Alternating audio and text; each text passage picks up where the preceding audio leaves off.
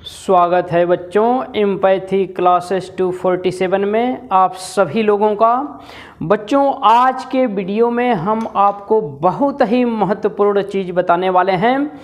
कुछ विशिष्ट कोणों के लिए त्रिकोणमितीय अनुपात, जैसे 0 अंश के लिए सभी त्रिकोणमितीय अनुपातों के बारे में, 30 अंश के लिए, 45 अंश के लिए, 60 अंश के लिए और 90 अंश के लिए। तो आज की वीडियो बहुत ही महत्वपूर्ण वीडियो है।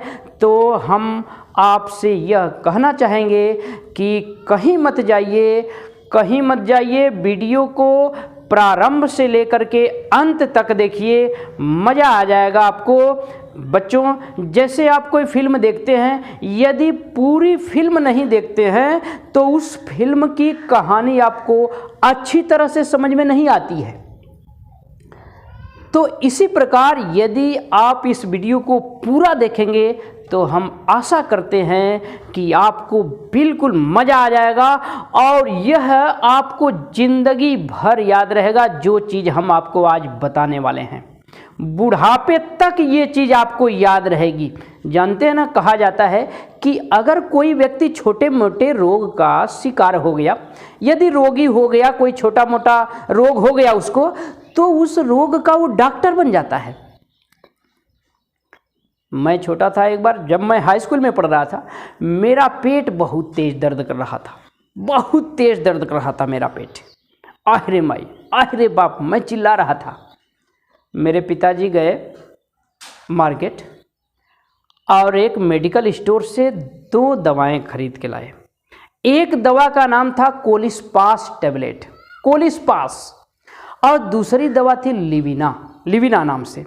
आज तक मुझे उन 2 दवाओं के नाम याद हैं, आज तक मुझे याद है। भले अब मेडिकल स्टोर पे वो दवा आती हो या ना आती हो, उसका नाम बदल चुका हो, दूसरे नाम से आती हो, वो अलग की बात है, लेकिन आज तक मुझे याद है कोलिस्पास टैबलेट और लिविना, ये 2 दवाएं, इन 2 दवाओं का नाम मुझे आज तक भी याद है। तो बच्चों यदि प्रैक्टिकली आप कोई काम कर लेते हैं तो फिर उस काम के बारे में आप भूलते नहीं हैं, वो काम आपको ज़िंदगी भर याद रहता है। तो आज हम आपको प्रैक्टिकली इन विशिष्ट कोणों के लिए त्रिकोणमितीय अनुपातों के मान निकाल कर दिखाएंगे। शून्य अंश का मान 30, 45, 60, 90 सबके मान आपको निकाल करके दिखाएंगे। और आपकी किताब में जो सारणी बनी हुई है, सारणी दी गई है इन मानों के लिए, उस सारणी को भी बना करके आपको दिखाएंगे। तो कहीं मत जाइए, बने रहिए वीडियो के साथ, अंत तक वीडियो देखिएगा।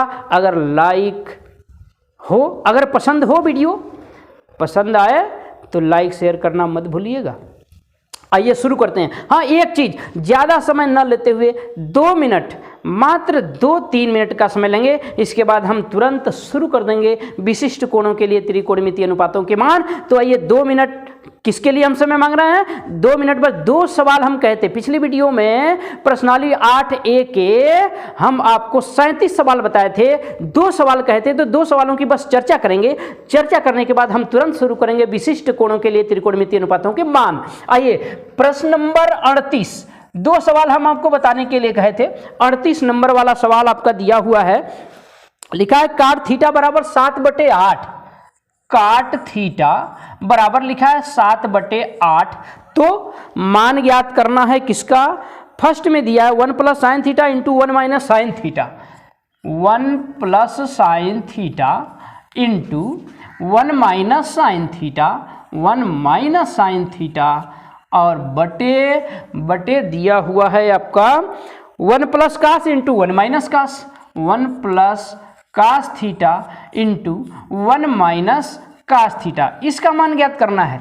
और एक खंड और है, पहला खंड में तो ये पूछा है, और दूसरे खंड में पूछा है काट स्क्वायर थीटा का मान, काट स्क्वायर थीटा का मान पूछा है। तो दूसरा खंड की अगर बात करें तो देखिए, काट थीटा दिया हुआ है 7/8, तो काट स्क्वायर थीटा नहीं निकल पाएगा, वर्ग तो कर देना है, 7 का वर्ग 49, 8 का वर्ग 64, 49/64 आ जाएगा। हाँ, पहले खंड की अगर बात करें तो ये देखिए, काट थीटा दिया हुआ है, तो काट हम जानते हैं आधार बटे लंब होता है, आधार बटे लंब होता है।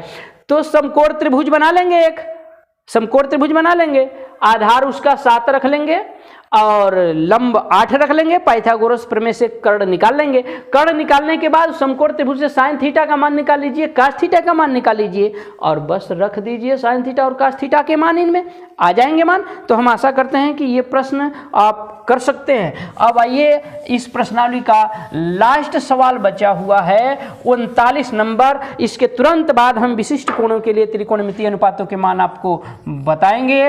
देखिए पहला खंड इसका लिखा है, सत्य असत्य बताना है। कुछ कथन दिए गए हैं और इन कथनों के बारे में सत्य असत्य बताना है और कारण सहित उत्तर की पुष्टि भी करना है। यानी कारण भी बताना है कि सत्य है तो क्यों सत्य है, असत्य है तो क्यों असत्य है, कारण भी बताना है। तो आइए शुरू करते हैं। पहला खंड दिया है, लिखा है tan a का मान सदैव 1 से कम होता है। tan a का मान सदैव, tan a लिखा है, कहा है इसका मान सदैव 1 से कम होता है। तो ये कथन आपका असत्य है। असत्य क्यों है, अभी आपको कारण हम बता रहे हैं क्यों असत्य है। अब बताइए, आप tan जानते हैं, tan होता है लंब बटे आधार, लंब बटे आधार होता है, लंब बटे आधार होता है tan। तो ये बताइए किसी भी समकोण त्रिभुज में क्या लंब हमेशा छोटा होता है आधार से? नहीं होता है। क्या आधार हमेशा छोटा होता है लंब से? नहीं होता है। कभी लंब बड़ा होता है, कभी आधार बड़ा होता है, कभी लंब छोटा होता है, कभी आधार छोटा होता है। तो यदि लंब बड़ा हो, ऊपर वाला मान बड़ा हो, नीचे वाला मान छोटा हो, तो उसका मान 1 से बड़ा होगा, 1 से बड़ा होगा। आज जब ऊपर वाला मान छोटा हो, कम हो, नीचे वाला मान बड़ा हो, तो इसका मान 1 से कम होगा। अगर ऊपर वाला मान बड़ा, नीचे वाला छोटा, तो इसका मान 1 से बड़ा होगा। अगर ऊपर वाला मान छोटा है, नीचे वाला बड़ा है, तो इसका मान 1 से छोटा होगा। लेकिन इस कथन में कहा है कि सदैव tan a का मान सदैव 1 से कम होता है, तो इसलिए ये कथन आपका असत्य है। क्योंकि हम जानते हैं समकोण त्रिभुज में लंब या आधार में से कोई भी भुजा बड़ी या छोटी हो सकती है, तो यह कथन आपका असत्य है। दूसरा लिखा है, कोण ए के किसी मान के लिए से के बराबर 12/5 कोण ए है, इसके लिए ए के किसी भी मान के लिए सेक ए बराबर लिखा है 12/5। क्या यह संभव है? 12/5 हो सकता है? तो आइए देखिए, ये बताइए, हम जानते हैं सेक क्या होता है? सेक होता है कर्ण बटे आधार। काश का व्युत्क्रम होता है, कर्ण बटे आधार होता है, कर्ण बटे आधार होता है। और समकोण त्रिभुज में हम जानते हैं कर्ण बड़ी भुजा होती है आधार से बड़ी होती है। तो आधार, यहाँ कर्ण देख रहे हैं बड़ा है, ये आधार छोटा है आपका, तो ये संभव है, सही है। अर्थात ये कथन आपका सत्य होगा। सेक ए के लिए, किसी भी कोण ए के लिए सेक ए बराबर 12/5, ये कथन आपका सत्य है। क्योंकि हम जानते हैं समकोण त्रिभुज में कर्ण आधार से बड़ी भुजा होती है, ये इसका कारण हो जाएगा। कर्ण आधार से बड़ी भुजा होती है, ये कारण हो जाएगा इसका। अब आइए तीसरा कथन देखते हैं। कथन 3, तीसरा नंबर दिया हुआ है, तीसरा कथन आपका दिया हुआ है। तीसरा कथन दिया है कि कास ए के, कोण ए के कास ए जो है, ये कास ए लिखा है, कास ए। ये कहा है कि कोण ए के कोसेकेंट का संक्षिप्त रूप है, कोसेकेंट का संक्षिप्त रूप है। कोण ए के कोसेकेंट, कोसेकेंट का संक्षिप्त रूप ये है? नहीं, ये तो कोसाइन का संक्षिप्त रूप है ना, ये कोसाइन का संक्षिप्त रूप होता है कास। तो कोण ए के कोसाइन का संक्षिप्त रूप कास है, इसलिए ये कथन भी आपका क्या है? असत्य है, असत्य है। ये कथन आपका असत्य है, तो असत्य है ये वाला। चौथा कथन देखते हैं। चौथा कथन दिया हुआ है, काट और ए का गुणनफल होता है। काट ए जो है, ये कहा है कि काट तथा ए का गुणनफल होता है, तो ये ऐसा नहीं होता है। ये कथन भी आपका असत्य है, असत्य क्यों है? क्योंकि ये काट ए जो है, काट और ए का गुणनफल नहीं होता है, बल्कि ये कोण ए के सापेक्ष समकोण त्रिभुज की भुजाओं आधार और लंब का अनुपात होता है। ये कोण ए के सापेक्ष आधार और लंब का अनुपात होता है काटे, ये गुणनफल नहीं होता, इसलिए ये कथन भी आपका असत्य है। लास्ट कथन देखते हैं, पांचवा कथन दिया हुआ है आपका। 5वां लिखा है किसी भी कोण Q के लिए साइन थीटा बराबर 4/3, साइन थीटा बराबर 4/3, साइन थीटा बराबर 4/3। तो ये कथन भी आपका असत्य है। क्यों असत्य है, इसका कारण सुनिए। असत्य इसलिए है कि हम साइन थीटा बराबर जानते हैं लंब बटे कर्ण होता है, लंब बटे कर्ण होता है। तो बताइए लंब कर्ण से छोटी भुजा होती है ना, जबकि यहाँ लंब बड़ा दिया हुआ है। तो ये कथन आपका असत्य है। तो ये कथन भी आपका असत्य है। कारण में आप दे सकते हैं, क्योंकि हम जानते हैं लंब जो होती है वो कर्ण से छोटी भुजा होती है। इस प्रकार ये आपके प्रश्नावली 8 का अंतिम सवाल रहा। प्रश्नावली आपकी समाप्त हुई। अब हम किताब बंद कर दे रहे हैं, किताब रख दे रहे हैं। अब आइए हम आपको बताने जा रहे हैं विशिष्ट कोणों के लिए त्रिकोणमिति अनुपातों के मान, जैसा कि पहले ही हम चर्चा कर चुके हैं 0 अंश के लिए और 30 अंश के लिए। तो हम आपको ये बताने जा रहे हैं विशिष्ट कोणों के लिए, विशिष्ट कोणों, विशिष्ट कोणों। अब विशिष्ट कोण में कौन कौन कोण बताएंगे? 0 अंश, 30 अंश, 45 अंश, 60 अंश तथा 90 अंश। तो विशिष्ट कोणों के लिए, विशिष्ट कोणों के लिए त्रिकोणमिति अनुपात, विशिष्ट कोणों के लिए त्रिकोणमिति अनुपात, आइए यहाँ लिख दे रहे हैं विशिष्ट कोणों के लिए त्रिकोणमिति अनुपात, त्रिकोणमितीय अनुपात, त्रिकोणमिति अनुपात। ये तो आइए ध्यान से देखिएगा, हम शुरू कर रहे हैं। सबसे पहले हम आपको बता रहे हैं 30 अंश एवं 60 अंश, 30 एवं 60 अंश के लिए, 30 एवं 60 अंश के लिए सभी त्रिकोणमितीय अनुपातों के मान 30 और 60 के लिए। आइए शुरू करते हैं 30 अंश 60 अंश के लिए, इसके बाद बताएंगे 45 अंश के लिए, इसके बाद आपको बताएंगे 0 और 90 डिग्री के लिए। निकाल के पहले दिखा रहे हैं आपको। आइए देखिए, तो हम मान लेते हैं, माना त्रिभुज ABC, कोई त्रिभुज है, माना त्रिभुज ABC एक कैसा त्रिभुज है? समबाहु त्रिभुज, समबाहु, एक समबाहु त्रिभुज है।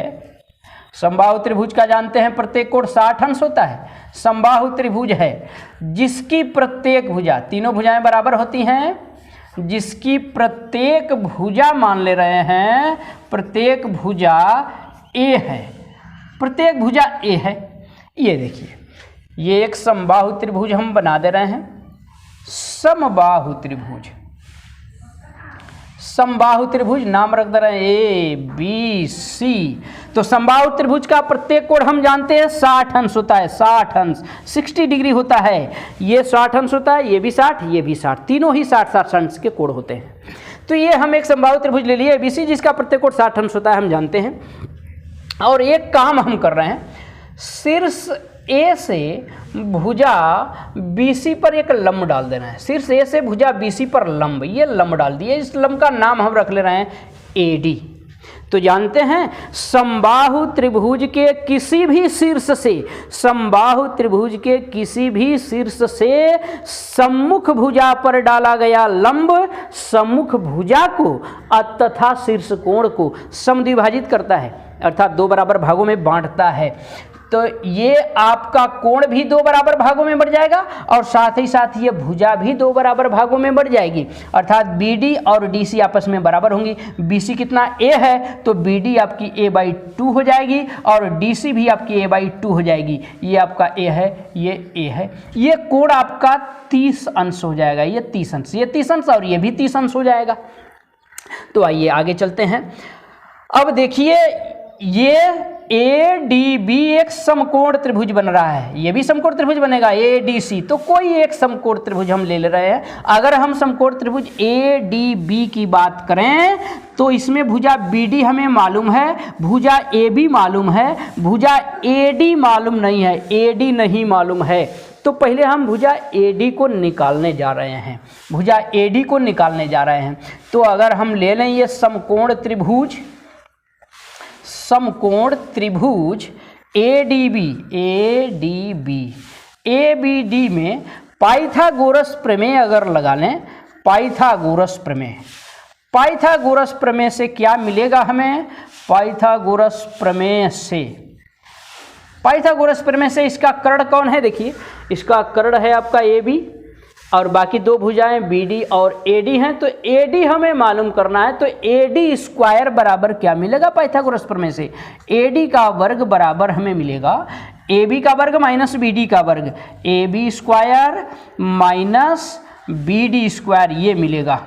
ठीक है, अब वर्गमूल ले लिया जाए तो यहाँ से AD बराबर क्या मिल जाएगा हमें? कड़ी के अंदर मिलेगा AB square minus BD square बराबर ये हो जाएगा आपका AB A है, A square minus BD A/2 है, A/2 का वर्ग बराबर क्या मिलेगा? बराबर ये मिलेगा A स्क्वायर माइनस ये हो जाएगा आपका A स्क्वायर बटे 4, घटा लेंगे तो ये मिल जाएगा हमें कड़ी में, ये देखिए 4A स्क्वायर में से A स्क्वायर निकल गया, 3A स्क्वायर अब बटे 4। यहाँ देखिए अब A स्क्वायर का वर्गमूल A हो जाएगा, A आपका बाहर हो जाएगा और नीचे से 4 का वर्गमूल 2 हो जाएगा, ये 2 बाहर हो जाएगा यहाँ से, लेकिन ये कड़ी के अंदर 3 आपका बच जाएगा, तो अर्थात ये आ गया A कड़ी में 3/2 आ गया।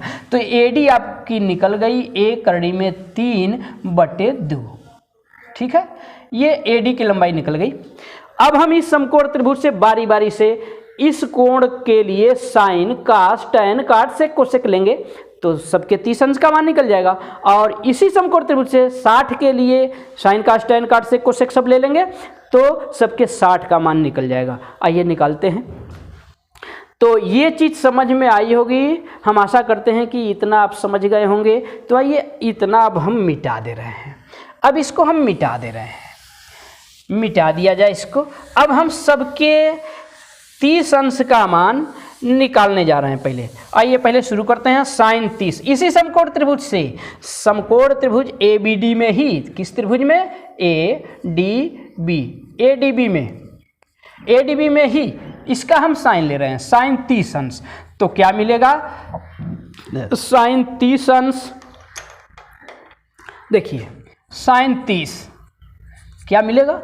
लंब बटे कर्ण होता है, इसके लिए लंब कौन सी भुजा है? BD है आपकी, लंब है BD, और कर्ण कौन सी भुजा है? कर्ण आपकी है AB, तो BD बटा AB हो जाएगा बराबर BD कितना है? A/2 है, AB आपका A है बराबर ये हो जाएगा A/2 इंटू करेंगे तो ये A/1 है ना, ये 1/A हो जाएगा, A से A कट गया, आपका 1/2 आ गया। तो साइन 30 का मान 1/2 होता है। अब इस मान को आपको याद रखना है, ये निकाल करके दिखाया जा रहा है आपको, फिर सारणी बना के भी हम आपको बताएंगे। आइए आगे चलते हैं। कास 30 अंश, कास क्या होता है? आधार बटे कर्ण होता है। इसके लिए आधार कौन सी भुजा है? आधार है आपकी AD, कर्ण कौन सी भुजा है? AB है, AD बटा AB बराबर AD कितना है? निकाल चुके हैं, A कड़ी में 3/2 है और इसके बटा में AB A है, तो ये भी क्या हो जाएगा बराबर A कड़ी में 3/2 गुणा करेंगे तो ये 1/A हो जाएगा, A से A आपका कट गया, ये आ जाएगा कड़ी में 3/2। तो कास 30 का मान आ गया आपका कड़ी में 3/2। अब आइए आगे चलते हैं। टैन 30 अंश का मान देखिए, टैन 30 लंब बटे आधार होता है, इसके लिए लंब आपकी भुजा है BD, आधार है आपका AD, BD बटा AD होगा, BD A/2 है और AD है A कड़ी में 3/2। 2 से 2 आपका ये कट जाएगा, A से A कट जाएगा, क्या बचेगा? ऊपर 1 बचेगा और नीचे कड़ी में 3 बचेगा, तो 1/कड़ी में 3 आ जाएगा।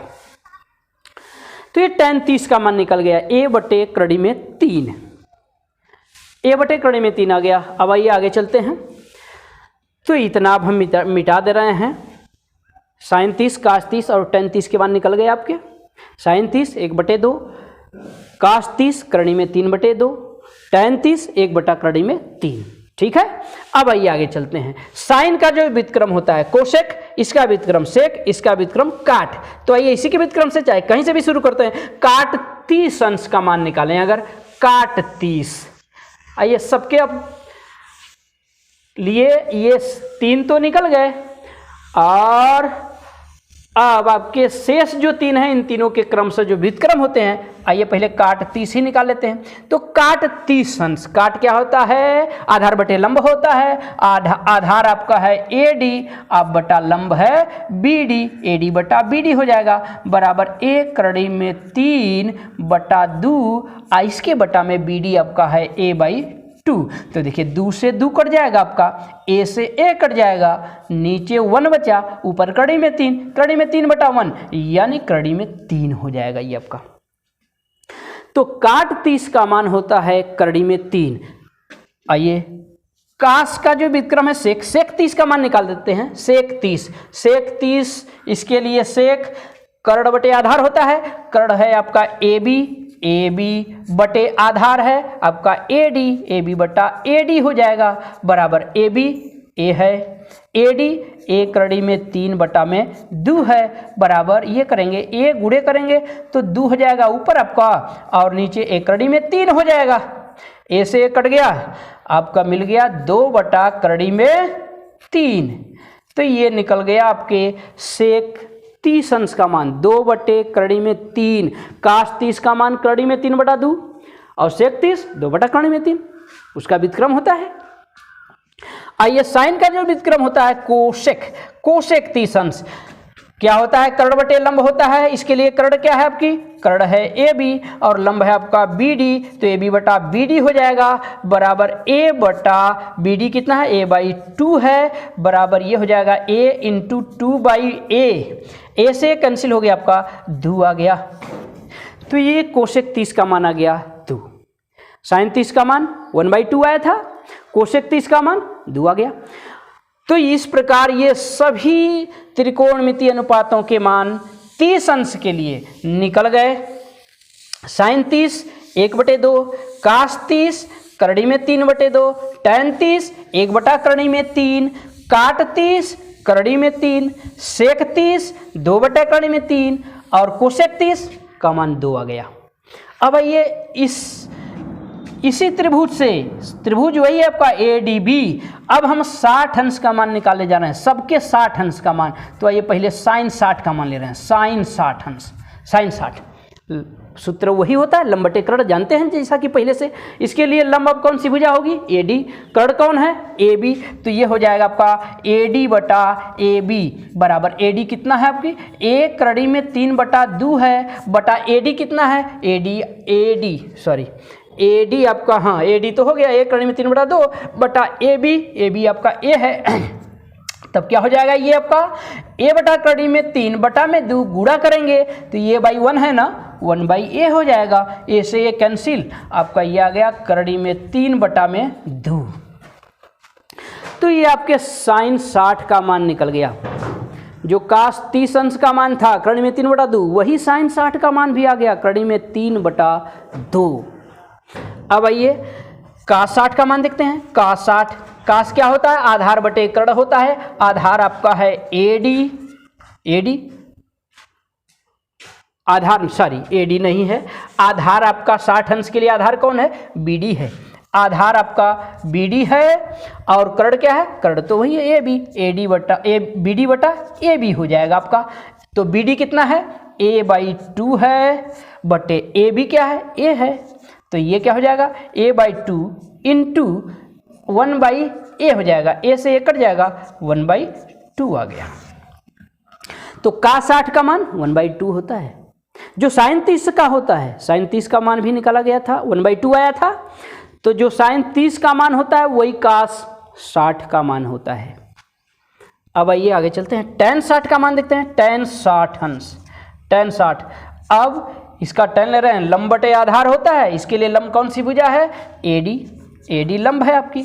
आधार कौन सी भुजा है, BD, तो AD बटा BD बराबर AD क्या है, A कड़ी में 3 बटा में 2 है, इसके बटा में हो जाएगा BD A/2 है। यहाँ देखिए 2 से 2 कट जाएगा आपका, या यूँ कर लेते हैं ऐसे, A कड़ी में 3 बटा में 2 है ना, गुणा करेंगे तो ये नीचे वाले भिन्न उलट जाएगी, 2 बटा A हो जाएगा। A से A कट गया, 2 से 2 कट गया, बराबर आ गया आपका कड़ी में 3। ये देखिए ये टैन 60 का मान आ गया कड़ी में 3। यही काट 30 का मान था, काट 30 का मान निकाले थे, कड़ी में 3 आया था, यानी जो काट 30 का मान होता है वही tan 60 का मान होता है, जो tan 30 का मान होता है वही काट 60 का मान होता है। ठीक है, आइए चलते हैं, अभी काट 60 का निकाल के दिखा रहे हैं आपको। तो ये साइन कास tan के मान निकल गए। अब शेष 3 और बच रहे हैं, इनके जो व्युत्क्रम हैं, तो हम आशा करते हैं इसी प्रकार आप निकाल सकते हैं व्युत्क्रमों का। जैसे साइन का व्युत्क्रम कोसेक, कोसेक 60 का मान अगर देखें, कोसेक 60 का मान, और कास का व्युत्क्रम सेक, tan का व्युत्क्रम आपका काट। आइए दिखा देते हैं। कोसेक 60 कर्ण बटे लंब होता है, कर्ण बटे लंब, कर्ण आपका ए बी है ना, कर्ण तो ए बी है, लेकिन लंब बी डी नहीं बल्कि ए डी है, लंब आपका ए डी है, ए बी बटा ए डी हो जाएगा। अर्थात ये हो गया आपका ए बटा ए करड़ी में 3 बटा में 2, मल्टीप्लाई करेंगे तो क्या मिल जाएगा, ए इंटू 2 बटे ए करड़ी में 3 हो जाएगा, ए से ए आपका कट जाएगा, ये 2 बटा करड़ी में 3 आ गया, 2 बटा करड़ी में 3। जो साइन 60 का मान निकाले थे, करड़ी में 3 बटे 2 आया था, साइन 60 का मान करड़ी में 3 बटा 2, उसका व्युत्क्रम 2 बटा करड़ी में 3। सेक 60 का मान देखते हैं, सेक 60, ये देखिए सेक क्या होता है, कर्ण बटे आधार होता है, कर्ण बटे आधार, इसके लिए कर्ण आपका ए बी है, ए बी, आधार बी डी है, तो ए बी बटा बी डी हो जाएगा, बराबर ए बटा ए बाई 2 हो जाएगा, बराबर ए इंटू 2 बाई ए हो गया, बराबर 2 आ गया। तो सेक 60 का मान 2, काट 60 का मान निकालते 1 बटे 2 आया था, सेक 60 का मान 2 आ गया। काट 60, अब इसके लिए काट का मान, तो काट होता है आधार बटे लंब, इसके लिए आधार आपकी बी डी है और लंब आपका ए डी है, बी डी बटा ए डी हो जाएगा, बराबर बी डी ए बाई 2 है और ए डी ए करड़ी में 3 बटे 2 है। यहाँ देखिए 2 से 2 कट जाएगा आपका, ए से ए कट जाएगा आपका, नीचे 1, ऊपर तो 1 बचेगा, नीचे करड़ी में 3 बचेगा, अर्थात ये 1 बटा करड़ी में 3 आ जाएगा। तो काट 60 का मान 1 बटा करड़ी में 3 होता है। यही tan 30 का मान निकाले थे, tan 30 का मान भी 1 बटा करड़ी में 3 होता है। तो थोड़ा सा अगर तुलना करें हम, तुलना करें अगर हम, तो हम देखेंगे कि जो कोण जिस कोण का पूरक होता है, जैसे 30 अंश का पूरक क्या होगा, 60 अंश, 30 और 60 एक दूसरे के पूरक कोण हैं, तो जो साइन 30 का मान होगा वही कास 60 का मान होता है। जो साइन 30 का मान वही कास 60 का मान होता है। साइन 30 कास 60 दोनों के मान 1 बटे 2 होते हैं। जो tan 30 का मान होता है वही काट 60 का मान होता है। tan 30 का मान 1 बटा करड़ी में 3, काट 60 का मान भी 1 बटा करड़ी में 3। इसी प्रकार देखें तो जो सेक 30 का मान होता है, सेक 30 का मान वही कोसेक 60 का मान भी होता है, अर्थात 2 बटा करड़ी में 3 होता है। तो इस प्रकार ये रहा आपके 30 अंश और 60 अंश के लिए सभी त्रिकोणमितीय अनुपातों के मान। अब हम आइए आगे चलते हैं, ज़्यादा देरी न करते हुए अब आपको हम बताने जा रहे हैं 45 अंश के लिए सभी त्रिकोणमितीय अनुपातों के मान। 45 अंश के लिए आइए देखिए, 45 अंश के लिए, 45 अंश के लिए सभी त्रिकोणमितीय अनुपातों के मान, 45 अंश के लिए आइए शुरू करते हैं। 45 अंश के लिए सभी त्रिकोणमितीय अनुपातों के मान। तो आइए यहाँ देखिए, माना त्रिभुज ए बी सी, त्रिभुज ए बी सी एक समकोण और समकोण में भी कैसा, समद्विबाहु, समकोण समद्विबाहु, समकोण समद्विबाहु।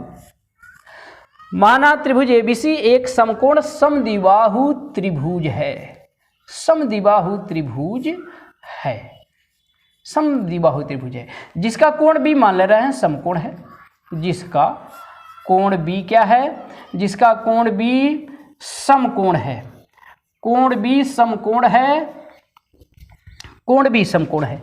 ये देखिए समकोण त्रिभुज हम बना दे रहे हैं, समकोण के साथ साथ समद्विबाहु भी है, समकोण समद्विबाहु,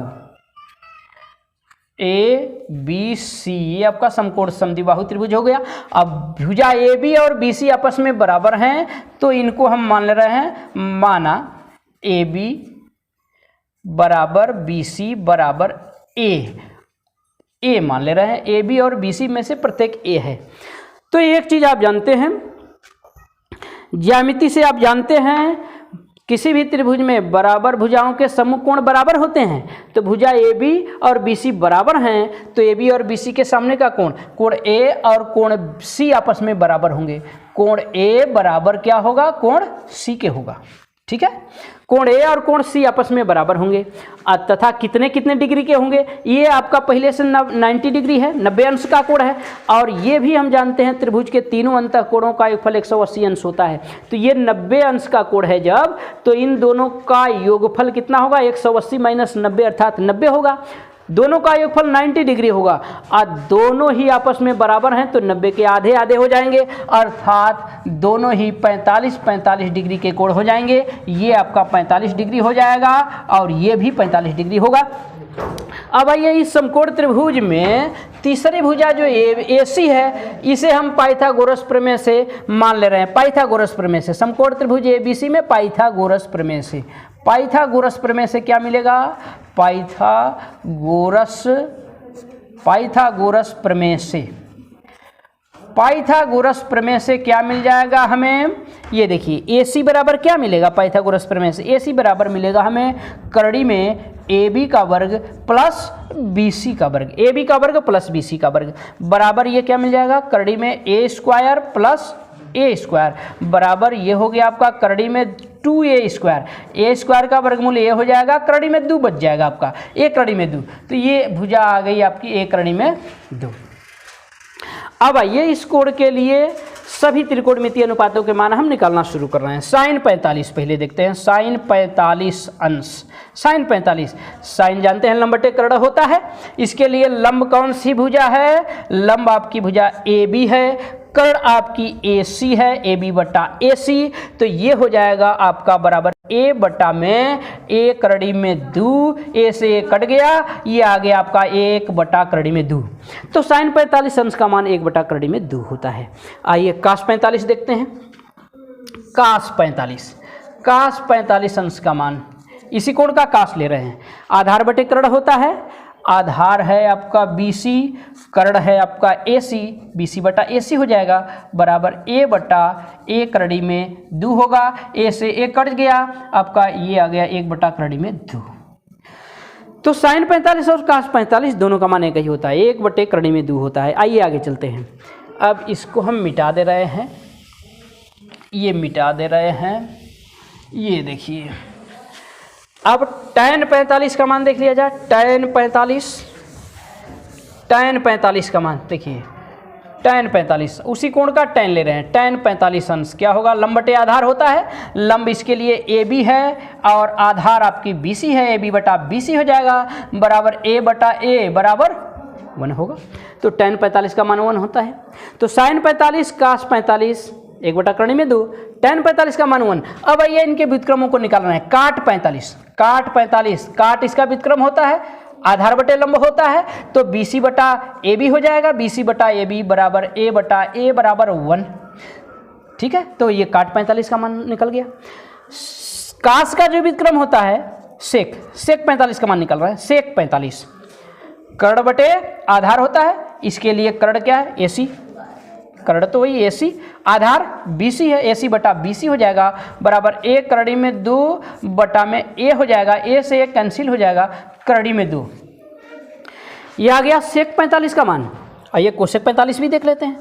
कोसेक 45 अंश, कोसेक 45 कर्ण बटे लंब होता है, कर्ण आपका AC है, लंब आपका AB है, AC बटा AB हो जाएगा बराबर AC कितना है, A करड़ी में 2 है और AB A है, A से कट जाएगा, ये करड़ी में 2 आ गया। इस प्रकार सेक 45 और कोसेक 45 का मान एक ही होता है। इस तरह से हम देख रहे हैं तो साइन 45 और कास 45 के मान एक ही हैं, 1 बटा करणी में 2। tan 45 और काट 45 का मान एक ही 1 होता है। सेक 45 और कोसेक 45 का मान एक ही है, करड़ी में 2 होता है। तो बच्चों ये रहा 45 अंश के लिए सभी त्रिकोणमितीय अनुपातों के मान। अब आगे हम शुरू कर रहे हैं। आइए अब 0 अंश और 90 अंश के लिए सभी त्रिकोणमितीय अनुपातों को आपको हम दिखाने जा रहे हैं। बहुत ही इंपॉर्टेंट 0 और 90 डिग्री के लिए आइए देखिए 0 और 90 अंश के लिए सभी त्रिकोणमितीय अनुपातों के मान। अब 0 और 90 अंश के लिए हम साथ साथ आपको दिखाने जा रहे हैं 0 अंश एवं 90 अंश। 0 एवं 90 अंश के लिए 0 और 90 के लिए सभी त्रिकोणमितीय अनुपातों के मान आइए देखते हैं। तो देखिए यहाँ माना हम मान ले रहे हैं ABC एक समकोण त्रिभुज है। माना ABC एक समकोण त्रिभुज है। ABC क्या है?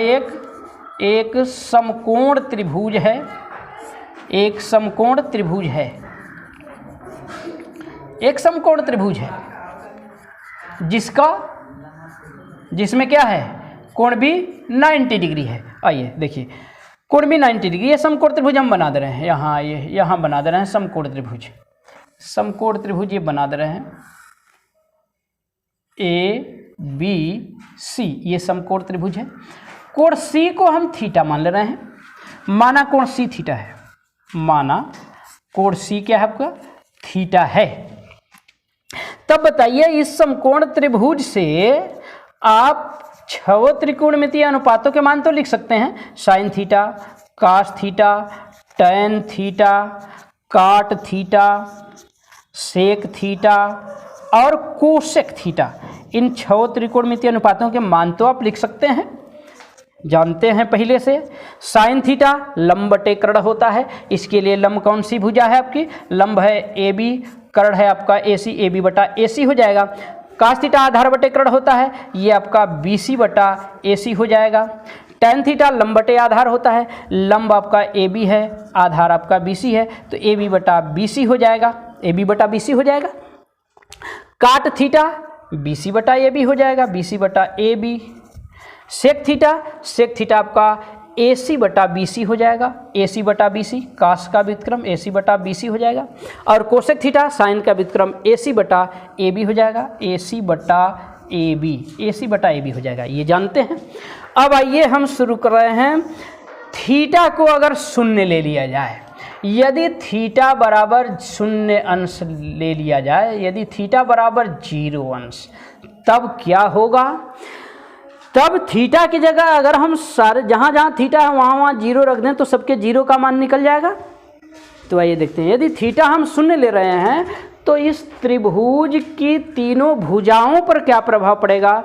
या किसी एक भुजा पर प्रभाव पड़ेगा या 2 भुजाओं पर प्रभाव पड़ेगा? आइए देखते हैं। यदि थीटा हम 0 ले रहे हैं, ध्यान से देखिएगा, मेन चीज़ अब हम आपको बताने जा रहे हैं। यहीं से मुख्य चीज़ यही है, मेन चीज़ यही है। थीटा 0 ले रहे हैं तो किन भुजाओं पर क्या प्रभाव पड़ रहा है? आइए हम थीटा को आपको दिखा रहे हैं 0 बना करके। तो हम डायरेक्ट थीटा को 0 नहीं बनाएंगे, हम धीरे धीरे थीटा को कम कर रहे हैं। धीरे धीरे थीटा को कम करने जा रहे हैं और कम करते करते इसके बाद 0 कर देंगे। तो आइए धीरे धीरे हम कम करें। अब देखिए यहाँ ये समकोण त्रिभुज देखिए, या अलग से आई, अलग से देख लीजिए। अलग से इस समकोण त्रिभुज को हम यहाँ बना दिए, अलग से बना दिए, ABC को बना दिए अलग से। अब थीटा को हम कम करने जा रहे हैं। ये देखिए भुजा AC को अगर हम ऐसे कर दें, भुजा AC को ऐसे कर दें, तो बताइए पहले से थीटा का मान, पहले ये पूरा था, अब थीटा का मान कम हो गया कि नहीं? पहले से थीटा का मान कम हो गया। आइए और थोड़ा सा कम करते हैं। अब देखिए थीटा का मान अब ऐसे हो गया, भुजा AC को ऐसे कर दिए, अब थीटा का मान और कम हो गया। तो हम देख रहे हैं क्या प्रभाव पड़ रहा है भुजाओं पर। भुजा AC की लंबाई कम होती जा रही है और भुजा AB की लंबाई भी घटती जा रही है। AB की लंबाई भी घटती जा रही है, AC की लंबाई भी घटती जा रही है। AC भी घट रही है, AB भी घट रही है, BC पर कोई प्रभाव नहीं पड़ रहा है। तो जैसे ही हम थीटा को 0 करेंगे, थीटा को 0 करने का मतलब AC जो भुजा CA है वो बिल्कुल पड़ेगी CB पर, यानी बिंदु A जो होगा आ जाएगा बिंदु B पर। जब बिंदु ए बी पर आ जाएगा तो भुजा ए बी शून्य हो जाएगी और भुजा सी ए जो है वो बी सी के बराबर हो जाएगी। इसका मतलब यदि थीटा हम 0 ले लें तो भुजा ए बी क्या होगी, शून्य हो जाएगी, तब भुजा ए बी शून्य हो जाएगी। भुजा ए बी हो गई आपकी 0, भुजा ए बी 0 हो गई। अब भुजा बी सी जो है वो भुजा ए सी या सी ए के बराबर हो गई। ए सी या सी ए कुछ भी लिख सकते हैं। तो ये प्रभाव पड़ेगा भुजाओं पर। थीटा को 0 करेंगे तो ए बी भुजा शून्य हो जाएगी और बी सी और ए सी आपस में बराबर हो जाएंगी। तब आइए हम निकालते हैं आप सबके 0 का मान। तो इसलिए साइन 0 क्या हो जाएगा, क्या लिखे हैं साइन थीटा बराबर ए बी बटा ए सी लिखे हैं। तो साइन 0 बराबर हो गया ए बी बटा ए सी से क्या मिल जाएगा, ए बी शून्य हो गई है, अब बटा ए सी, शून्य बटा ए सी बराबर 0। तो साइन 0 का मान 0 होता है, ये हो गया। अब आइए आगे चलते हैं। कास 0 ये थीटा की जगह हम 0 रख दिए। बी सी बटा ए सी है, बी सी बटा ए सी लिखे हुए हैं। अब बताइए बी सी और ए सी आपस में बराबर है ना, तो बी सी के जगह ए सी या ए सी के जगह हम बी सी रख सकते हैं। तो बी सी बटा बी सी अगर रख दिए तो ये 1 आ गया। कास 0 का मान 1 होता है। tan 0, अब थीटा की जगह थीटा की जगह 0 रख देना है तो tan थीटा देखिए ए बी बटा बी सी लिखे हैं ना, ए बी बटा बी सी, tan 0 बराबर ए बी बटा बी सी। भुजा ए बी शून्य हो गई है, 0 बटा बी सी अर्थात ये आ जाएगा 0। तो tan 0 का मान 0 होता है, tan 0 अंश का मान 0 होता है। तो ये आ गया साइन 0 का मान 0, कास 0 का मान 1, tan 0 का मान 0। अब आइए आगे चलते हैं। इसके बाद शेष जो 3 और बचे, साइन, कास और tan, इन तीनों के जो व्युत्क्रम हैं। आइए काट 0 देख लेते हैं। काट 0 देखिए लिखे हैं, काट थीटा बराबर बी सी बटा ए बी लिखे हुए हैं।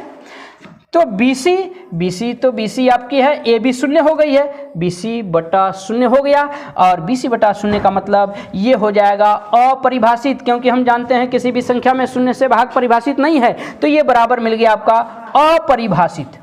अपरिभाषित मिल जाएगा, अपरिभाषित, या इसी को अनंत भी कह लेते हैं।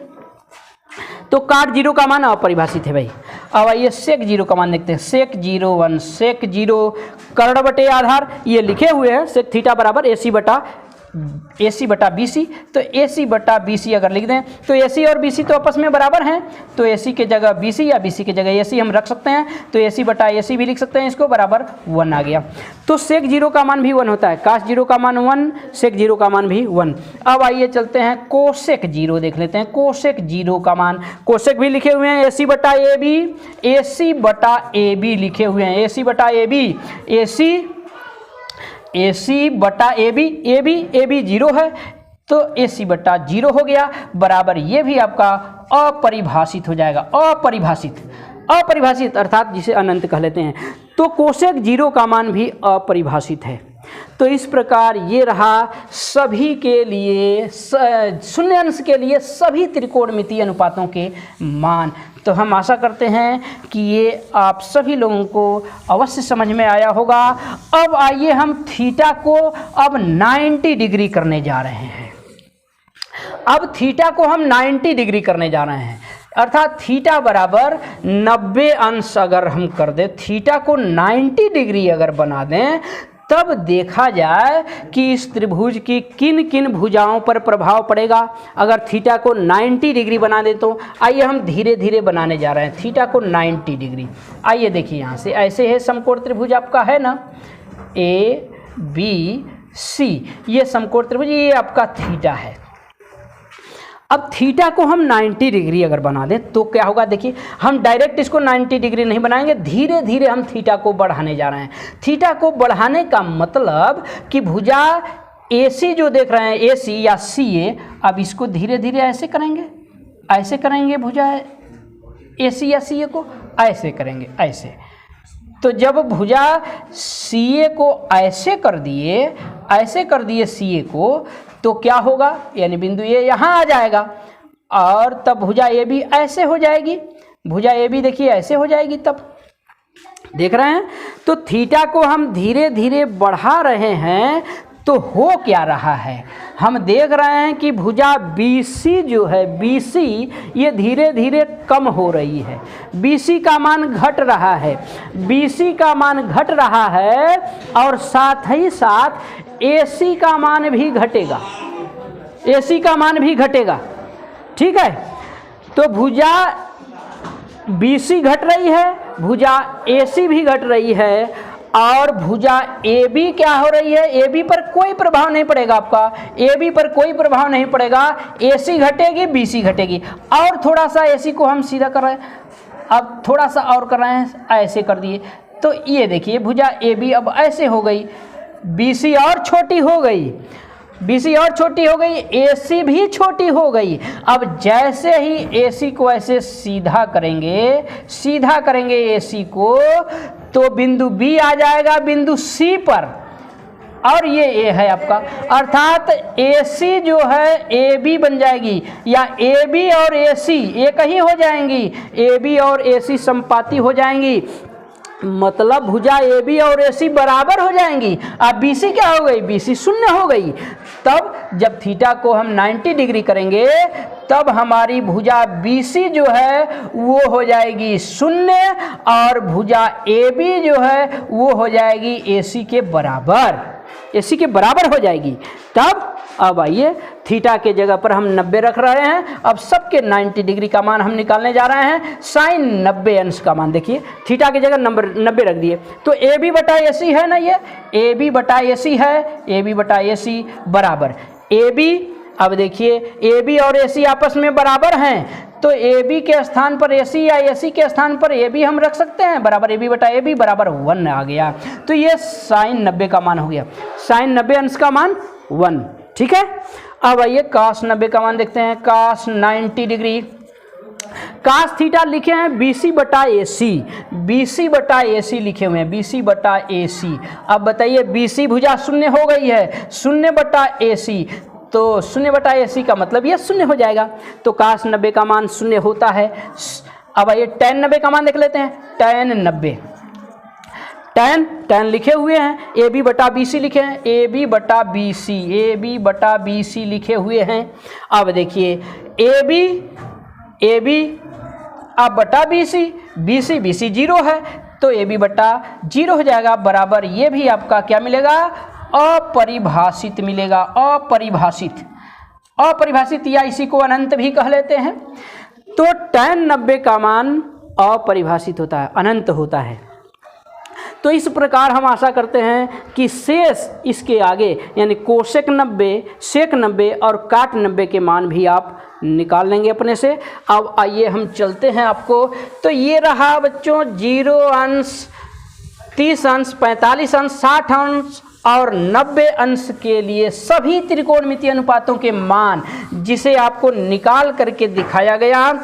अब आइए हम आपको सारणी बना करके बता दे रहे हैं इन सभी कोणों के लिए सभी त्रिकोणमितीय अनुपातों के मान, सारणी बना करके बता दे रहे हैं आपको। सारणी बनाना बहुत ही आसान है, ये देखिए ये हम सारणी बना रहे हैं, बना दे रहे हैं सारणी।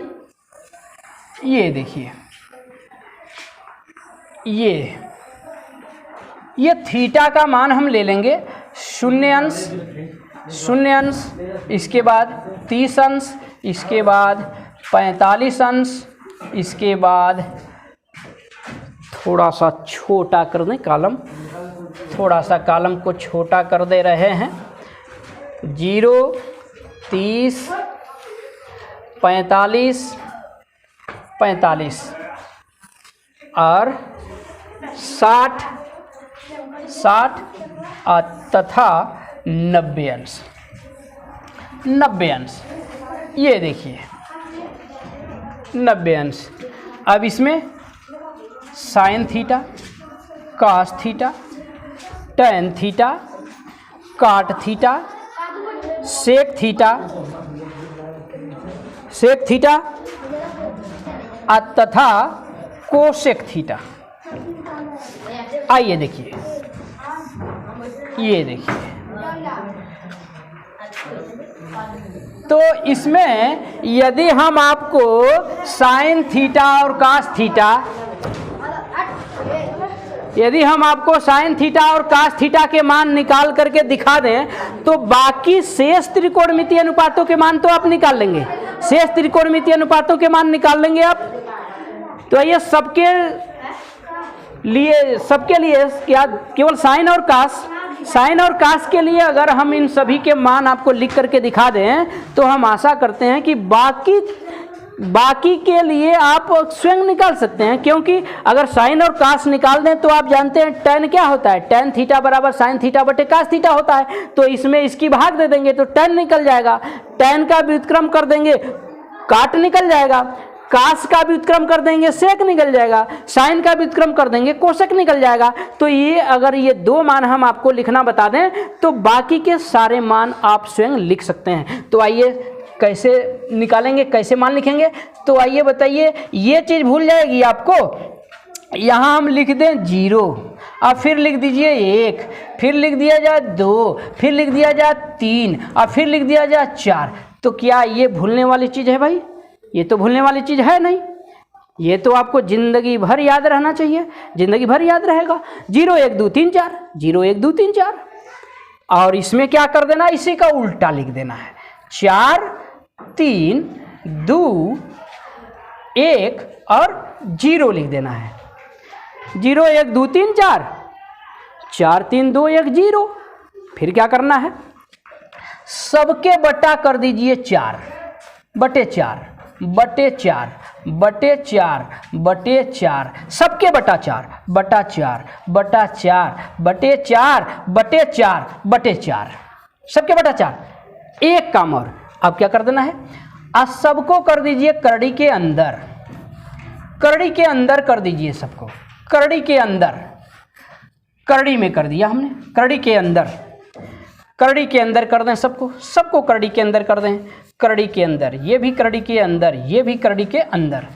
तब देखिए अब सभी के मान क्या हो जाएंगे, सबके मान क्या हो जाएंगे, ये देखिए, ये बताइए। 0 में 4 से भाग देंगे, भागफल 0 आएगा, 0 का वर्गमूल 0, तो साइन 0 का मान 0 होता है। 1 बटे 4 है, देखिए 1 बटे 4, 1 का वर्गमूल तो 1 होगा, 1 का वर्गमूल तो 1 होगा और 4 का वर्गमूल 2 होगा, तो 1 बटे 2 हो जाएगा। ये देखिए पहले 2 से 4 को काटिए, 2 से 4 को काटेंगे 2 बार में कटेगा, 1 बटा 2 मिलेगा, करड़ी के अंदर 1 बटा 2, तो 1 का वर्गमूल तो 1 निकल जाएगा, लेकिन करड़ी में 2 बच जाएगा आपका, तो 1 बटा करड़ी में 2 हो जाएगा। इसी प्रकार ये करड़ी में 3 बटे 4 का वर्गमूल निकल जाएगा, 2 हो जाएगा। ये 1 करड़ी में 1 अर्थात 1 हो जाएगा।